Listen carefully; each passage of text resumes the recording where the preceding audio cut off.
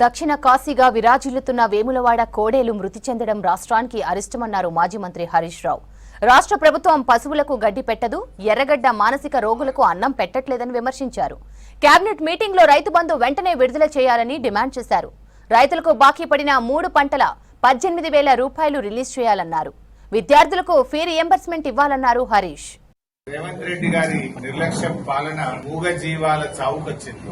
వారం రోజుల సమయంలో వేములవాడ దేవస్థానంలో భక్తులు సమర్పించిన కోడెలు మరణించడం ఇది చాలా దురదృష్టకరం. ఇది రాష్ట్రానికి అరిష్టం. దీనివల్ల భక్తుల మనోభావాలు కూడా బాగా దెబ్బతింటా ఉన్నాయి. రోజు కోడెలు చనిపోతున్నా కూడా ప్రభుత్వంలో కనీసం చలనం లేదు, ప్రభుత్వం పట్టించుకోవడం లేదు. ఒక వారం రోజుల్లో 26 కోడెలు మరణించాయి.